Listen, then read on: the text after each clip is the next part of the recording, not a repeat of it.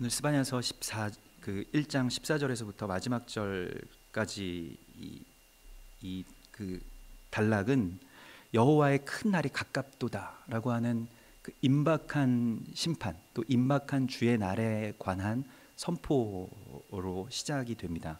이것은 이제 그 스바냐 선지자의 그 선포의 중심 주제인 욤 예호와 그 여호와의 날에 대한 가장 강력한 선포이고, 마지막 때에 그리스도 예수께서 이 땅 가운데 오시는 그 마지막 날에 대한 선포이기도 하면서, 또한 언제나 우리의 세대, 또 나의 삶과 또 우리의 교회와 또 우리의 인생 가운데 있는 그 여호와의 날에 대한 그 이미지를 우리 가운데 보여주고 있습니다. 그래서 여호와의 큰 날이 가깝도다 이렇게 말씀하시는데, 그 말씀드린 것과 같이 스바냐서의 중심 주제는 여호와의 날이죠. 여호와께서 이 땅 가운데 임하셔서 모든 우상과 또 멸절해야 될 것들, 그리고 하나님을 섬기지 않는 모든 가증한 것들과 또한 예배를 다시 회복시키시는, 예루살렘 성전을 다시 회복시키시는 그 날을 우리 가운데 허락하시고, 이제 그 날이 가까이 왔다라고 그렇게 말하고 있는 것입니다. 스바냐의 시대에는, 스바냐가 예언하는 시대에는 이제 요시야라고 하는 왕이 지금 어린 아이지만 감추어진 채로, 말하자면 그 아주 날카로운 칼을 감추인 채로 8살 때부터 그 12살이 될 때까지, 또 16살이 될 때까지 이렇게 8년 동안 기다리고 또 잠잠하게 그저 가만히 있습니다. 왜냐하면 다른 그 많은 어떠한 가증한 세력들이 있고, 그리고 예루살렘 성전이나 왕실의 우상들을 끌어들인 사람들이, 오늘 이스바냐서에서는 그게 뭐 방백들과 왕자들이라고 말하는데, 그런 세력들이 있기 때문에 가만히 기다렸다가 하나님의 때를 기다리고, 하나님의 때가 임할 때에 이 거룩한 하나님의 그 날을 선포하면서 개혁이 이루어지게 되고, 성전이 이제 정결하게 되는 일들을 그렇게 주님께서 행하셨는데요.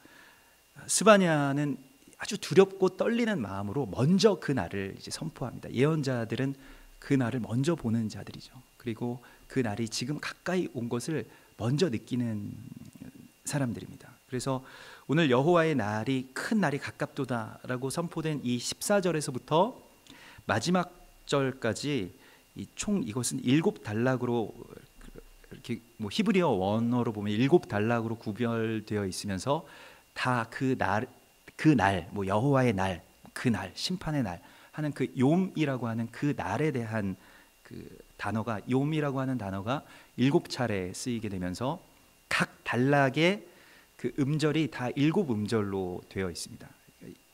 이것은 그 묵시록이죠. 묵시의 시이고, 7이라고 하는 숫자가 그런 완전한 숫자인데, 거기에 대해서 다시 한번 말씀드리겠습니다. 그런데 그 날이 가까이 있다라고 하는 것이 결국 복음입니다. 그러니까 그 날이 가까이 있다라고 하는 것을 우리가 깨닫는 순간, 그때부터 우리 안에 복음이 열리기 시작하는 것이. 마가복음 13장 35절에서 예수님께서는 그러므로 너희는 깨어 있으라. 집주인이 언제 올는지, 혹 저물 때 일는지, 밤중 일는지, 다굴 때 있는지, 새벽 일는지 너희가 알지 못함이라. 그가 호련히 와서 너희가 자는 것을 보지 않도록 하라. 깨어 있으라고 말씀하시는데, 깨어 있는다라고 하는 것은 어떠한 의미냐면, 그 날을 기다리고 기대하는 삶을 살라는 것입니다. 임박한 여호와의 날을 살아가는 것. 오늘 스바냐 선지자가 그렇게 보고 또 그렇게 느끼는 것과 같이 여호와의 큰 날이 지금 가까이 왔다라고 하는 것을 늘 선포하고 살아가는 것이 바로 깨어있는 삶인 것입니다. 그래서 언제 그 날이 옵니까? 뭐 언제, 몇 월 며칠에, 또 몇 년에 그런 날이 올 겁니까?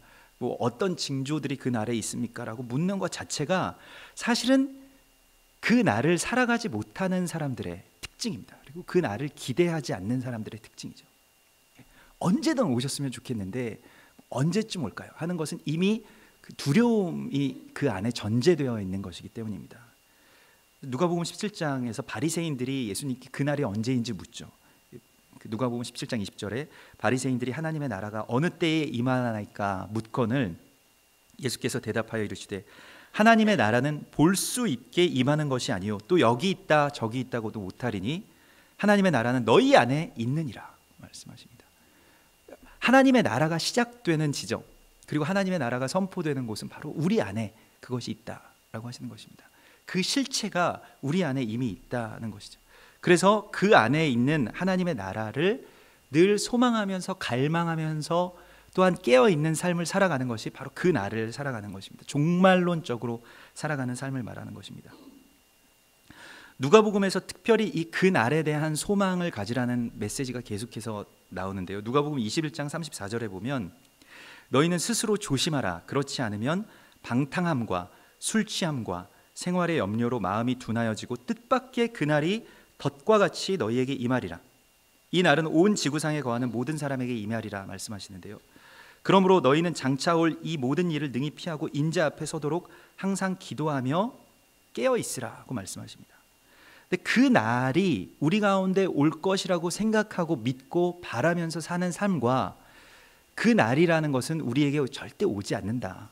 그리고 적어도 우리 세대에는, 적어도 이 몇 년 안에는 오지 않을 것이라고 믿는 그 삶과는 질적으로 너무나도 큰 차이가 있습니다.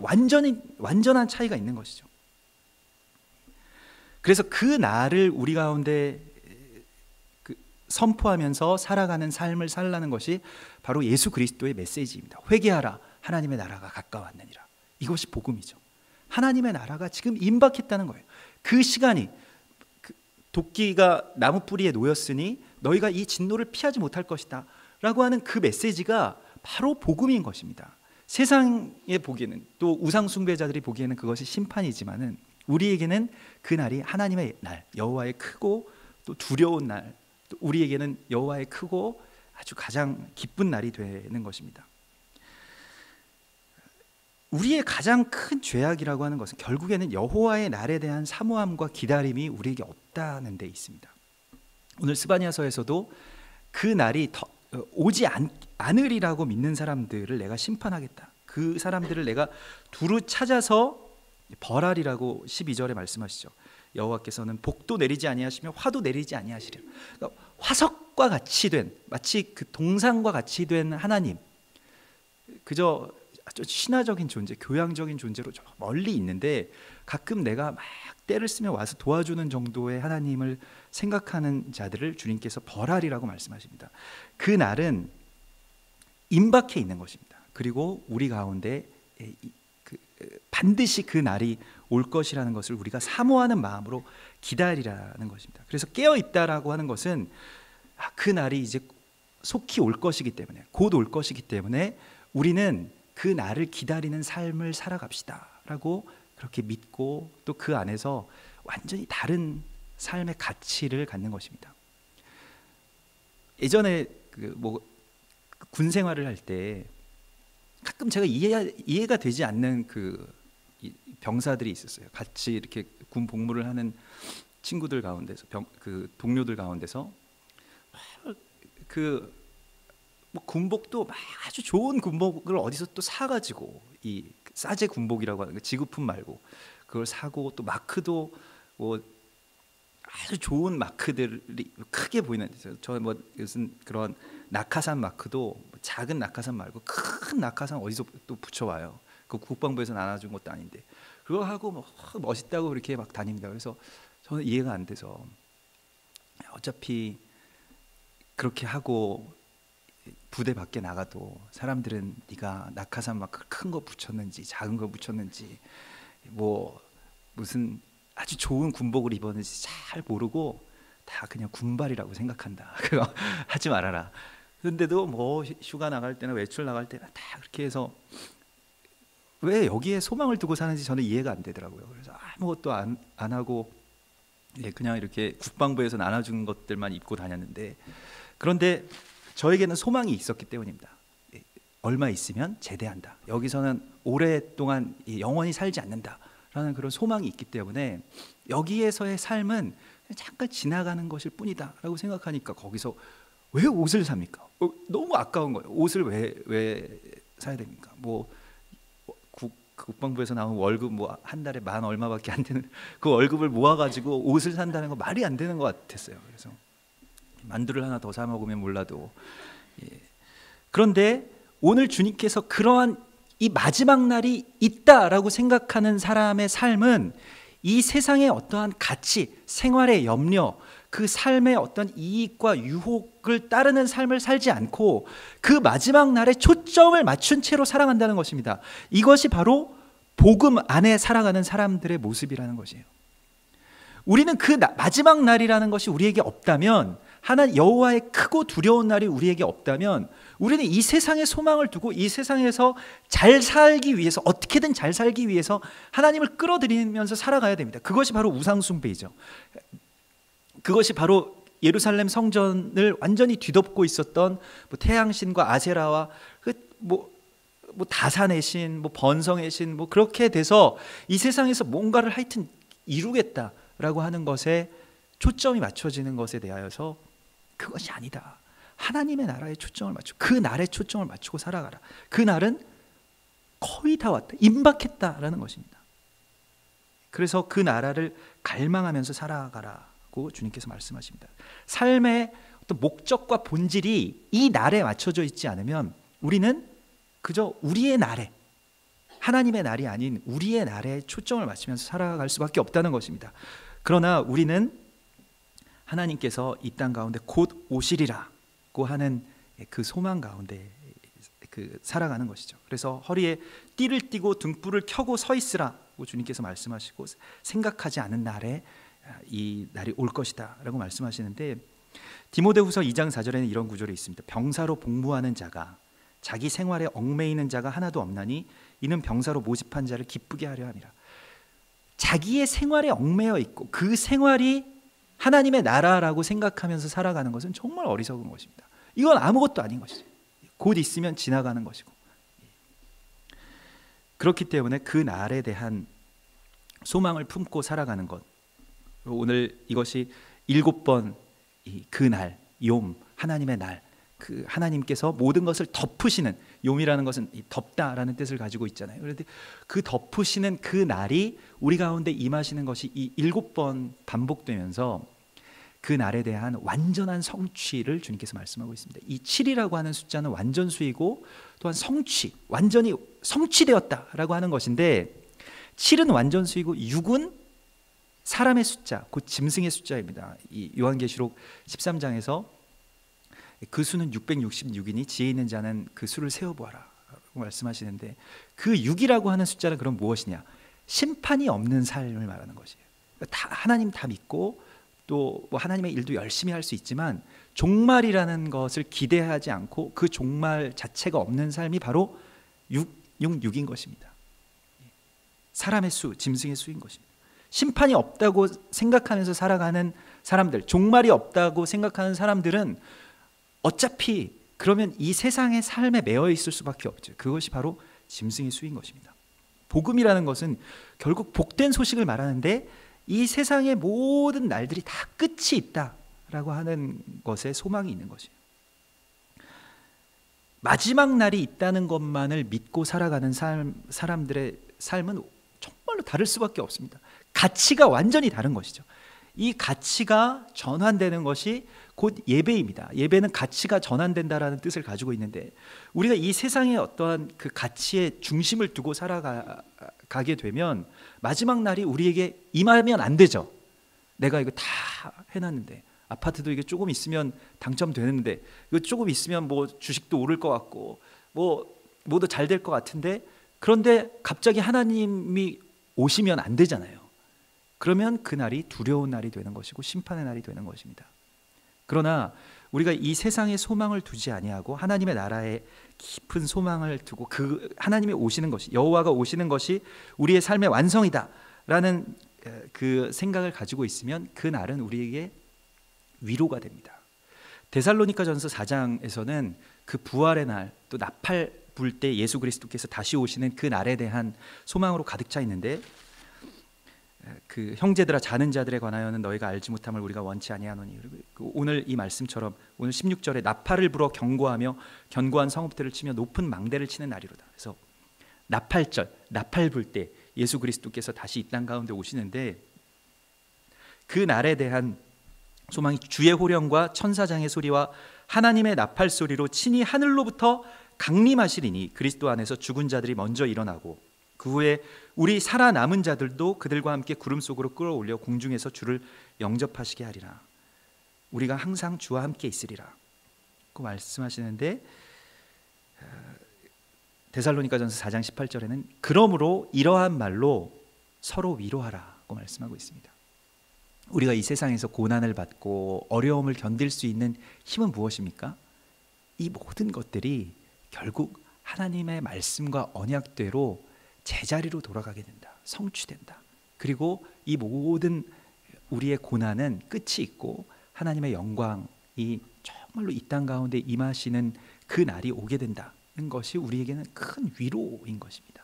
바로 그 날을 우리가 소망하고 정말 이제 다 왔다. 이제 다 왔다. 이제 정말로 하나님의 날, 하나님의 때가 다 왔음을 늘 믿음으로 고백하고 선포하고 또 기도함으로 기다리고 또 거기에 초점을 맞추고 살아가는 삶에는 복이 있는 것입니다.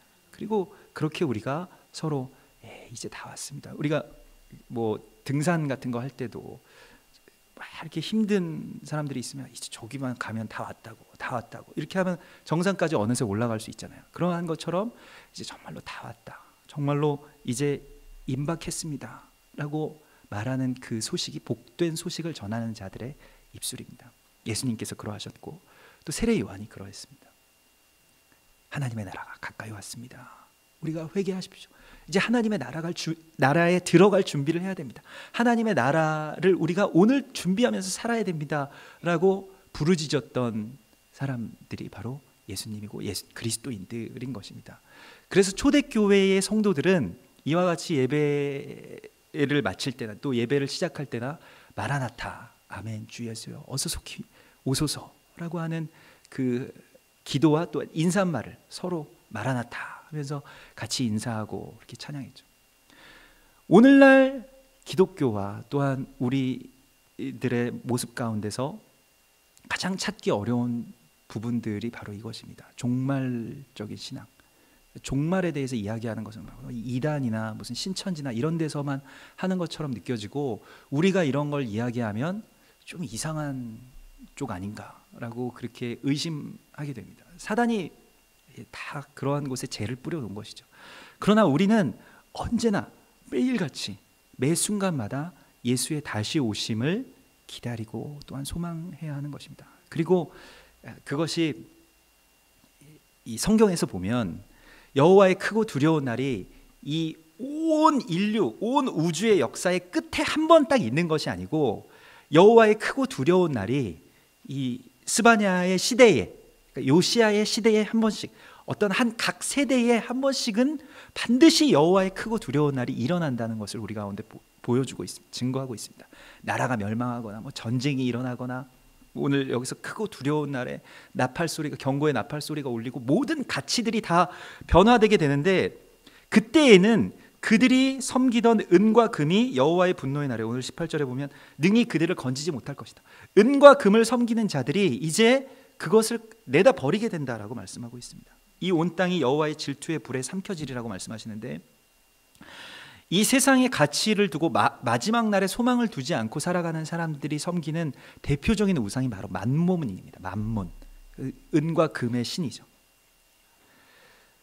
이사야서 2장 20절에서는 사람이 자기를 위하여 경배하려고 만들었던 우상과 금 우상을 그날에 두더지와 박쥐에게 던진다. 그 가증한 짐승들에게 그것을 그냥 먹으라고 던지는 것이 바로 만몬입니다. 종말의 때를 기다리지 않는 사람들의 하나님은 바로 만몬입니다. 돈입니다. 돈이 마지막 때에 이 위기의 순간 가운데 있으면 나를 지켜줄 것이다 라고 생각하는 그 믿음 가운데서 끝까지 그걸 붙들고 있다는 것입니다. 은과 금을 붙들고 있다는 것입니다. 그러나 누가복음 12장 34절에서, 그래서 예수님께서 그 마지막 때에 깨어 있으라고 말씀하시는데, 허리에 띠를 띠고 손에 등불을 들고 깨어 있으라고 하시는 그 말씀, 바로 이전의 말씀이 35절 이전의 34절의 말씀이 너희 보물 있는 곳에는 너희 마음도 있으리라 말씀하십니다.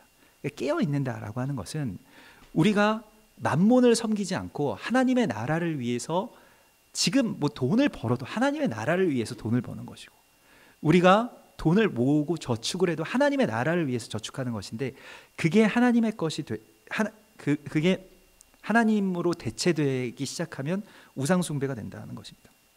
누가복음 12장에는 계속 마지막 때와 만몬을 섬기는 자들의 이야기가 계속 나와 있는데 거기에 한 비유가 있는데 부자의 비유인데요.